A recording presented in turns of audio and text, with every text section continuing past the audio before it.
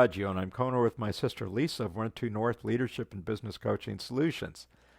This is our weekly video where we provide leadership and best business practice tips, and we do it by summarizing our past week's column in the Santa Clarita Valley Signal. And the title of that article was Muster the Strength. So let me share a story. I was digging deep, reaching into my physical core and praying. I was mustering the strength to finish the last 6 miles. I was at the beginning of Haines Point, the 4-mile oval bracketed by the Potomac River, which was before the last 2 miles ending at the Iwo Jima Memorial. So the geographical setting was Washington, D.C., really a second home to me, and the venue was the annual Marine Corps Marathon. My Marine Corps buddy and I just finished 20 miles at our goal pace when I hit it, what runners referred to as the dreaded wall. My legs stopped working and I turned ashen. My breathing was fine, hydration was good, it was just my legs didn't want to move. They felt 10 times heavier than usual. So runners of all sorts, old, young, fit, unfit, passed me. I was gobsmacked. My buddy and I trained for months to run the 26.2-mile course. We both were students at the Marine Corps Command and Staff College in Quantico, Virginia, and in excellent physical condition. However, neither one of us had run a marathon before, and our training peaked at 15 miles. Those 4 miles around Haines Point were endless. Self-doubt crept in, and I wasn't sure I would cross the finish line located 6.2 miles away at the memorial. So let's fast forward. Lisa and I have talked to several business owners this past year. Some managed well through the pandemic. However, many more suffered and a few closed their shops. It's been a grueling marathon, and notionally right now, we're at Haines Point. Mentally, emotionally, and physically, we don't feel like moving anymore. We're exhausted with the endless cautionary public health announcements, face masks, hand sanitizer, and social distancing. Rules, and more rules imposed that go against our American value of self-determination. And just as fatiguing are all the virtual meetings and words and phrases like pivot and survive to thrive that ring the airwaves by others sharing their secrets on how to get through this economically stalled year. However, some excitement exists that normalcy may return by the beginning of summer because of the accelerated vaccine schedule and the decline in hospital stays. So economists and financial indicators all point to significant increases in economic activity in the last half of 2021.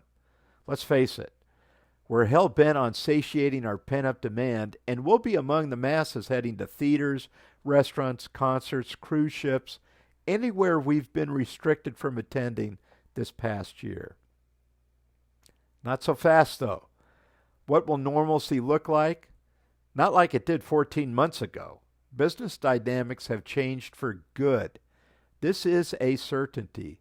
So once we finally finish the last 6.2 miles of this COVID-19 marathon, normalcy won't be the same.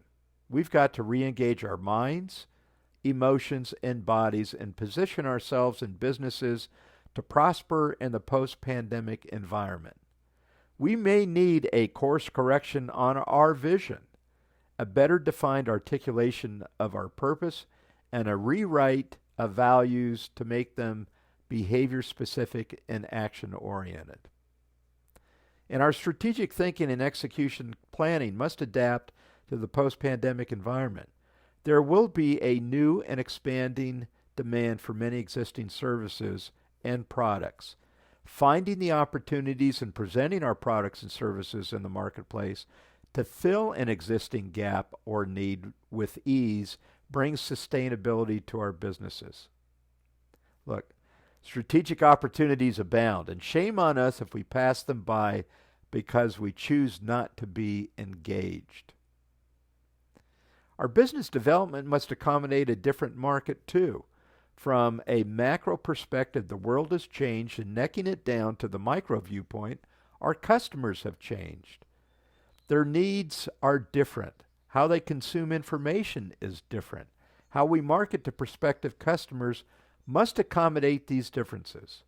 To be congruent, our strategy to convert them to customers must be different.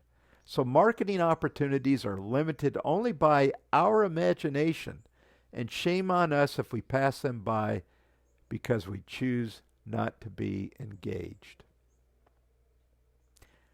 I dug deep, mustered the strength, and finished the marathon, but not without the help of my Marine Corps buddy. He chose to stay with me, step by tedious step, encouraging me along the way. "Get your head right," he called out. "You've got this. Daylight is around the corner," he said encouragingly. And his words were apropos then and now. We've got to get our heads right.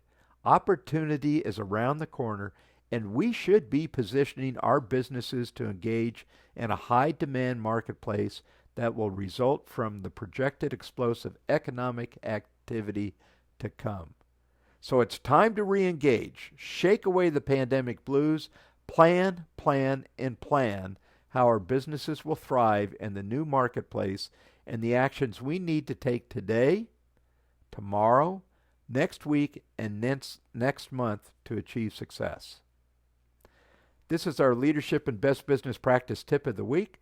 Thanks so much for your feedback on our videos, the columns we write. We encourage you to go to our website, OneTrueNorthCoach.com. There you'll see our offerings and lists of events that we'll be hosting or presenting to. And we also encourage you to give us any feedback on that. We look forward to seeing you next week. Thanks for listening.